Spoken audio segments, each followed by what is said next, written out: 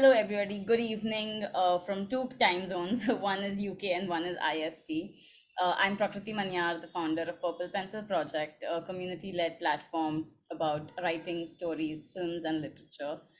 Today, I am so excited. I have with me such a stunning creative professional. There's no other way I can describe her. Debasmita Dasgupta, who's a London based, internationally published Kirkus Best Prize-nominated illustrator and graphic novelist. And I just found out today she's also a screenwriter and producer, so with a film on Netflix, no less. She's illustrated a significant number of picture books, comics, and poems, working with many international publishers, and has published several graphic novels as author and illustrator. Welcome, Debasmita. Thank you for being here with us. My pleasure. Thank you so much for making me a part of the Purple Pencil Project. Thank you. Her latest book is Terminal 3, and I want to talk about that, but a little later. Every time I talk to authors and creative professionals for the first time, I like to start with the origin story. Mhm, Is uh, what has what design and storytelling in general. mhm. How did that come to your life? How did you grow up with it? Did you encounter it a little later in life? What has that journey been like? Sure. I also love to start storytelling from the beginning. So, um, so I was born in Calcutta. Okay. And I was born in a family which was very creative. My father is into theater, my mother is into writing. And I went to a school which was started by a filmmaker called Satyajit Ray. Yes. So in Calcutta, there's a school called Path Bhavan where I went, and it was started by all these minds, including Satyajit Ray, an actor Utpal Dutt. You must have heard of him. So these people came together and they created a school which could give equal importance to science and literature. And that was the beauty of it. So a part of growing up was always to understand the importance of creative endeavors and love it from the bottom of your heart and go for it. So that was always a part of me. Having said that, as you grow up, especially I grew up in India in the 80s and 90s, and I did not have the idea how to make this into a profession. Okay, so it was always a passion, but I did not know exactly how to convert it into a profession. So illustration mostly was always like a hobby. It stayed with me. I was doing it as just a pastime thing, but I never thought that it could actually become my profession. But as I grew up, I did my master's in communications. Then I actually entered a totally different space, which is international development sector. So Wow. I started working with organizations like Oxfam, United Nations, and European Commission, and I was doing campaigns and media relations. Now, this I did it for almost 10, 12 years. And this was the foundation of the storytelling that I do today, because this helped me to get to the grassroots, Hmm. understand stories from there. At the same time, it was a whole range from the grassroots to the policy level, policy makers and think tanks, and even at government levels where you have discussions to understand how actually a cause can be converted into a policy and make some realistic changes into the society. So I was part of all of that, and that really really helped me understand the entire spectrum of meaningful storytelling in a way, right? So as I was doing all of these things, now coming to my illustrations and writing as a profession, the big credit goes to somebody called Geeta Dharmarajan.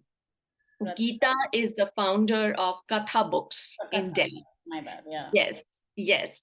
And I met her in 2009. And she was the first one who actually gave me the opportunity to illustrate a children's book. And I still don't know why she did that. She just said, I think you can do it. And I did it.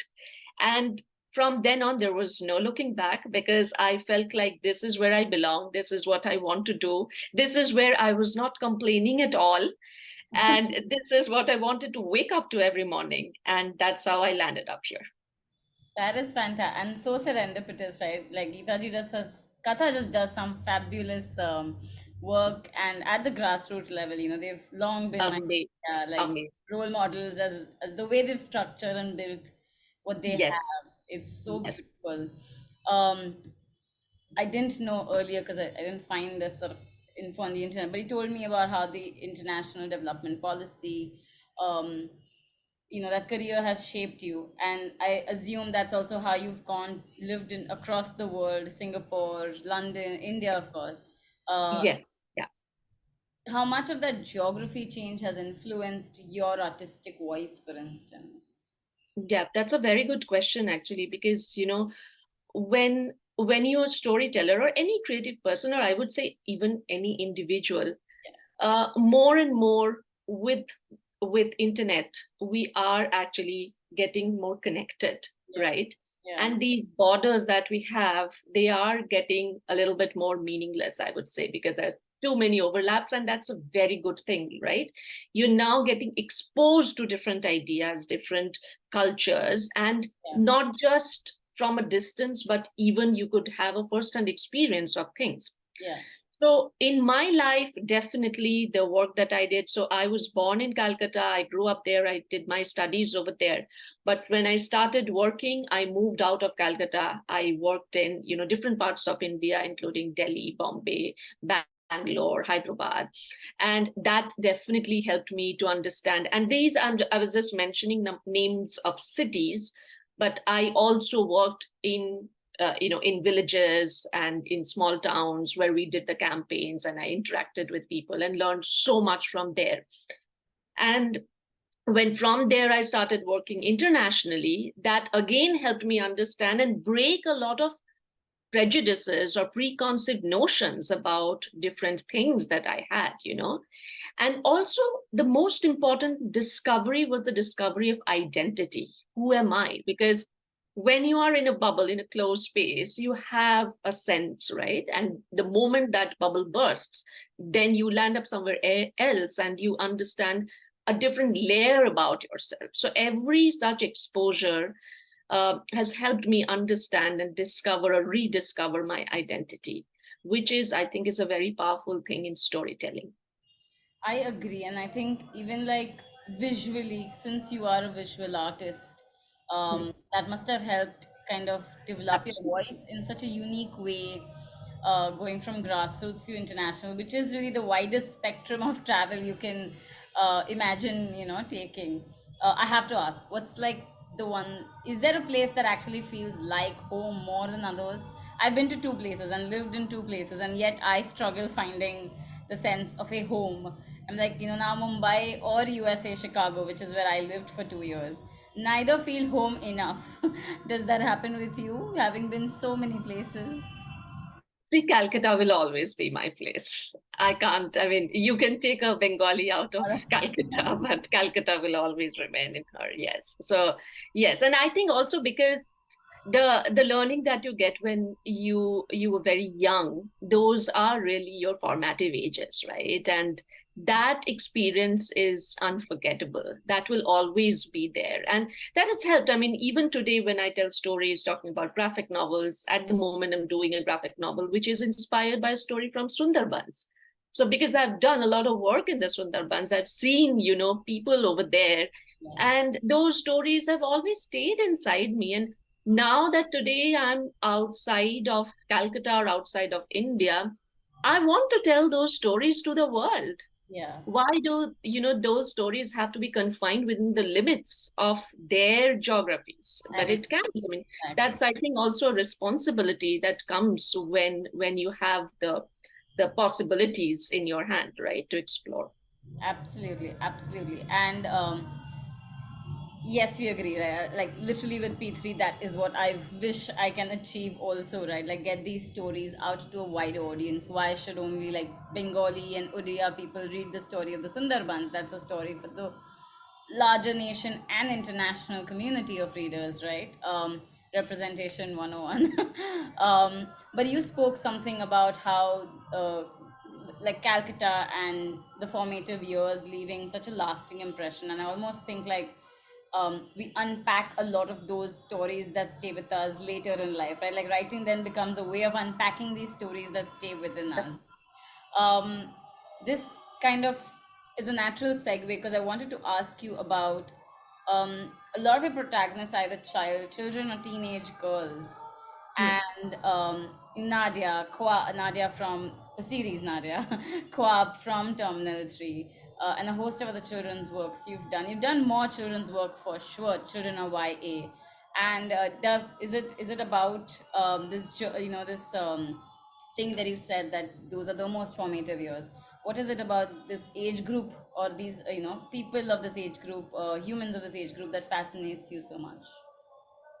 That's because definitely there's a child in you, which has not died, thankfully, in my case. I love Uh, that. that's one thing for sure. But the other thing is also because, again, going back to the work in the international development sector, I've done a lot of work on child rights and girl child rights in particular. Okay. Most of the campaigns that I did was like, for example, the anti-girls trafficking campaigns, and then also child rights in education, child rights prevention of sexual abuse or prevention of other forms of abuse, and education and climate related work, which are all related to children and young adults. Got it. So that has created a great impact on me while I was doing those work and interacted with people. Yeah, yeah. And I think you learn a lot interacting with children and young people in general.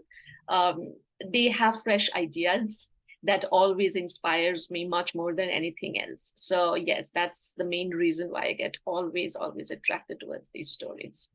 That's amazing. And definitely, like, more diverse stories for this age group need to be written and told for sure, right? I think they've been like boxed in such a stereotype for so long, that Yeah, we need to like kind of peel that back a little bit, or rather a lot, but little by little. Um, completely agree with you. it Yeah. does, just as a writer, does it mean you still have to continue to talk to children, or you just think back to those experiences? What is that process like? So depending on the stories, for sure, it varies. So when it comes to picture books, because I also only illustrate picture books sometimes. I've not like written the manuscript. Sometimes the stories are written by somebody else, and I just illustrate them. Yeah. So I have a way of working where I usually do something called pre-testing, which I learned during my campaign days, right? So when I illustrate, I actually show the illustrations to some children, the nearest or the closest children that I have access to. And I'd always do some workshopping with them just to show them and get a sense whether these illustrations are making any sense to them or not, because they're my audience, Yeah, right? yeah, And it's always super helpful because they will tell you some things with so much honesty, and even if they don't say things, their reactions will tell you whether it's working or not. So that is super helpful, that I always do with my illustrations. But when it comes to bigger stories, let's say Terminal 3, that definitely requires a lot more research, right? It took me a while to write that story. So for that, I had to do proper, like in-depth interviews with people, including young people. So that's how. But of course, when you're writing something, and I'm sure you understand this very well, that when you're writing something, it's not unidirectional, it's multi-directional, right? yeah, The inputs are coming from different sources. So your childhood memories are also a great influence over there. Your work at different levels is also another layer of influence. Yeah. that's fantastic. I like that. The iterative process of storytelling, I think we just don't speak enough about. Every time it's like, be a storyteller, it's always this linear process. And I'm like, that is not how it works, you know. No, no, It's going to be not an at all. idea, and then you're going to research, and then Yeah. you're going to like influence the idea back, and that back and forth continues to happen. Um, Yeah. so I'm really glad you spoke about that. I just to everybody, and when we post it on socials, I'm gonna pull this out, but like, what a novel way to get feedback from children who are possibly the I won't say most difficult, but they just don't feature in research studies in general. So it's such a nice way to get their feedback that you've devised. I love that. Has like a child's reaction made you change drastically something you're working on? Oh, yes. Oh, yes. Absolutely. I mean, I've seen Example, children if you could getting, share one. sometimes getting bored when I'm telling a story. And the moment I see that, okay, they're looking different ways, that means the story is not working. So I have done that quite a lot. And I have gotten very, as I said, very, very honest feedback from them because they don't hide, right? They just Yeah. don't know, simply don't know how to hide, which is a great thing about them. They're, you know, that the answers, the reactions are not fabricated. Yeah. So They are sincere as sincere comes. So do you, yes. like, do you do readings? Sorry, I'm so fascinated by this process. I'm very curious about it. Do you do readings when you like gather some children who So do readings? What's yeah, so what I usually do is I will actually show this. Let's say for Nadia, for example. So I created the character sketch. Usually I do this with character sketches, and I just show some samples to them, and I just make up some stories, maybe not the original story, but make up some stories just to engage them and tell them, you know, like little things about, let's say Nadia, where does she live? This is her house, or would she have a bike? And does she love biking? And how would she react? So those little things, I would just talk to them, and then some things will come. And also sometimes I've done it with some illustrations that once those illustrations are done, let's say the storyboarding is complete, then I've showed it to them to see whether I've missed anything. Because, Mm. you know, as children, like you will, again, you know, you will understand this when you read visual stories, you pay attention to visual details. Yes. Like if there is a spread where you have a, you know, have some story happening in the foreground, there are also things happening in the background. And as a visual reader, you tend to also look into those details. You know, what is that Yeah. little cat doing there, or the bird on the tree? So Yeah. those little details, you look for that, and that is exactly what a child does when you show them the work. And they will also ask you, oh, why is this cat behaving like this? They will just ask you a very simple question, and you know, okay, I have to make corrections over here because it's not making sense to them. Yeah. So yeah, that's more or less that's how the process is. That is beautiful. And speaking of visual details, like at this point, I want to like shift the focus to Terminal 3. Just take a minute to introduce it to our readers. Although I feel like by now everyone has spoken about it, but I still want to take a minute. So it's a graphic novel published by Penguin India, and I'm just going to read the blurb for clarity. It's August 2019, and Khwab Nazir is waiting to board the plane at Terminal 3 of New Delhi International Airport. Set to represent India at an international jiu-jitsu tournament, Khwab nervously looks towards her unknown future. She also reflects on her complicated past of growing up against the insurmountable difficulties of life in Kashmir.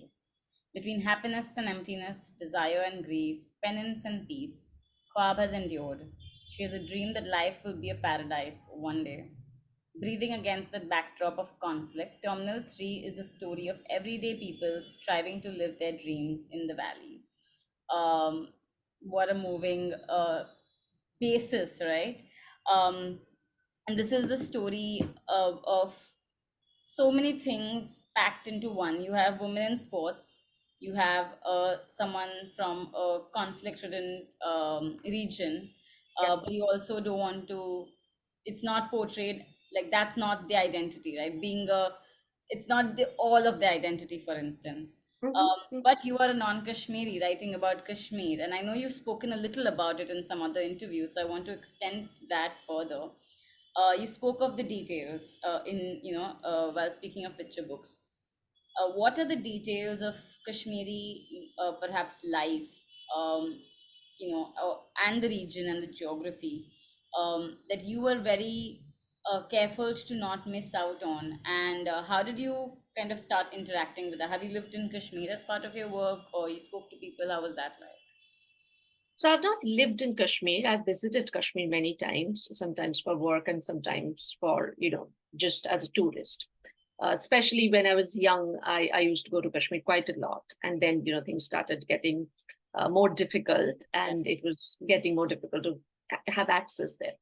Um, so when I was writing a graphic novel, I mean, when I was writing Terminal 3, one thing was very sure in my mind, that I did not want to write a story about just the beauty in the sense, the external beauty of Kashmir. I think there are just too many works already in place, whether in the form of cinema or books or paintings or photographs.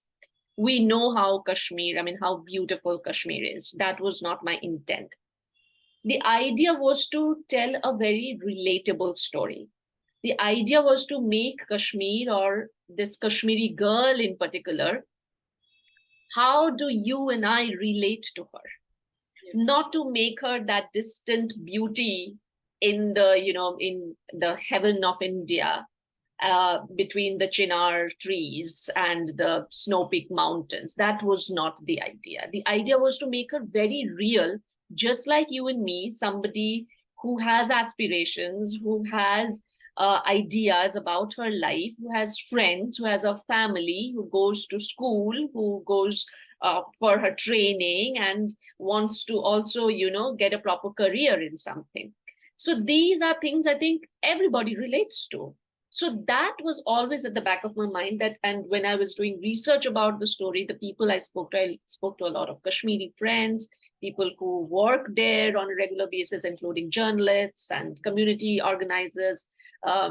I just made it sure I asked them little details, about how is the street, like how do people walk on the streets, what kind of clothes do you usually see when you go there, or the windows, how do those windows look like, how the dogs on the streets, those little incidents that you've seen on the streets, or in somebody's house, how do they sit, how they have tea, or all these details were very, very important to me to make the story very relatable and understand that this is not a story which is set very far away from us. It's very close to us, very near to us, very dear to us. That was something which was always playing in my mind when I was creating this. That's beautiful. I think that's also why familiar motifs or symbols like the chinar tree don't seem like a prop.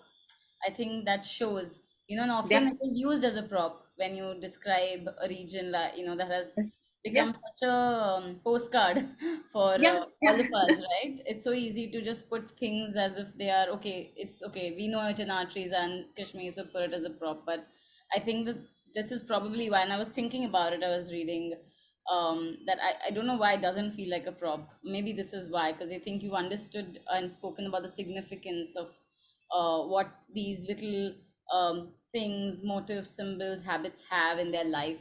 Like Yes, I mean, everybody. there's nothing wrong with the chinar trees, or or anything in general, like all the lake, the beauty that is definitely there. It's evident.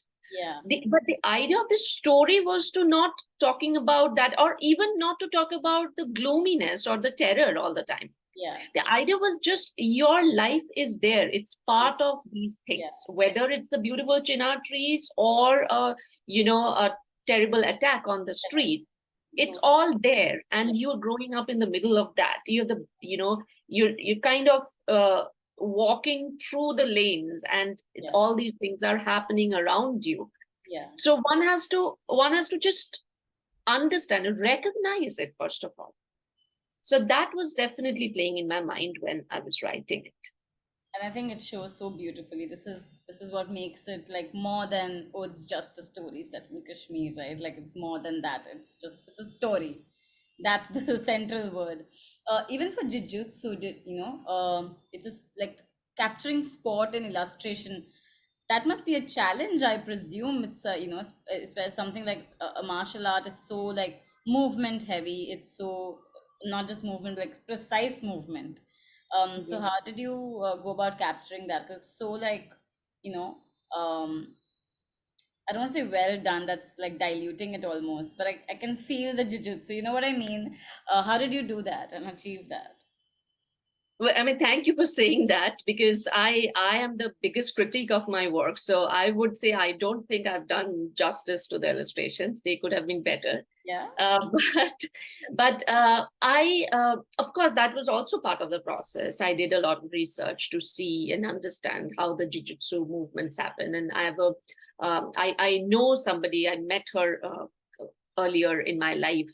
She's a Filipino girl and she's a jiu-jitsu champion. So I've learned a lot from her about the moves, and I I mean, the book has certain amount of scope, which I have included, but definitely, there could have been more, and I could have also done better illustrations for sure. This is something that I love doing. Like, when I started illustrating books, I was not trained, in the sense I did not go to an art college. I was a self-taught illustrator, right? Yeah, So when I started doing it, movements, body movements, these are the most difficult things to draw. yeah. And I wasn't really great with that. And in fact, some of the books that I illustrated previously, now I don't even want to talk about those books. People still buy those books, and I tell them, please, like, don't. They are awful. Don't buy them. I can do a better job now. But I wanted to learn more. The more you do, the more you practice. And this is where I also feel very connected to Pab's story. You strive to do better. Yes, You know that you can push yourself to do better. yes, That is what I have it in terms of my illustrations. I mean, I know that I was not a great illustrator. I'm still not a great illustrator, but what I can't do better, I want to make it better. At least yeah. I try that. And I challenge myself. Like, I choose deliberately now, I have started choosing illustrations or story matters which are very action oriented, because I used to feel very afraid of those stories, that how am I going to do it, because I might not be able to do justice. But the more you do it, the better you get, right? So yeah, so that's the story behind the Absolutely. action No, and moments. like that, it's so inspiring, right? Like just working on your craft. I think to me especially, 'cause often at least I find myself hyper distracted by most things these days. So I'm like, just that the therapeutic meditative nature of just saying, okay, you know what, I cannot do this bit, and I'm going to work on making it better. I think it's so like powerful. We underestimate that power of what that Oh kind of singular focus on making something better or doing something better than you can at the present moment kind of brings, right? yeah. So that is very inspiring to me. Um, I think I had a thought when you were talking, but now I've forgotten it. Yeah, next works, you said you're picking up action stuff. Mentioned the Sundarmans. So, what and when can we expect some of that? So before that, there is another one. Oh, Actually, there are two more before that which are coming. okay. So one is more action oriented, which is a story about a little girl who is a boxer, or who wants to be a boxer, and she's from Himachal Pradesh. Okay, so she's a little girl from Himachal, lives in a small hilly hill station, I would say, and she's into boxing, and it's a story about her. It's called Faiza is a Fighter. Nice. Yes. And Nice. this book is almost, my manuscript is over, the storyboard is over. I'm just finishing my colors. It's with a publisher in the US called Soaring Kite Books. Okay. It's their first graphic novel, and I'm the first graphic novelist who is creating it for them. And they are heavily into picture books. So this book is going to be out 2024, beginning of 2024. And before that, this year, I have another book, which is a bit of a different kind of a book. It's a graphic novel, children's graphic novel. This time I have a protagonist who is a boy. And I was going to ask, are you going to be yes, writing about boys anytime? Young boys also should have some stories from the business. yes, yes. Lovely. So I do have one, and this little boy is called Z, and the story is called Zardo Z. Oh, Okay, yes. And this story is about breaking gender norms about masculinity. love that. So yes, I won't give out more information. It's I coming have out soon. to. So yeah, Okay. Okay. Is it sooner than 2024? it will be this year. Okay, Yes. I look forward to announcing that, in our channels. I think just for this first chat, thank you so much. I'm gonna stop Sure, probing right now, and we'll keep catching up as your new books come out, sure, right? I sure. look forward to just exploring that creative journey with you as on the other side as a reader and kind of consumer of art.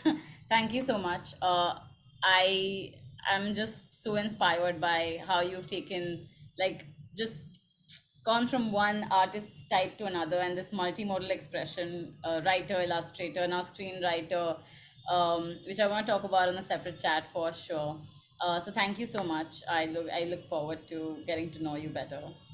Thank you so much. Thank you for giving me this opportunity to speak to you, and all the best. Thank you, Debasmita.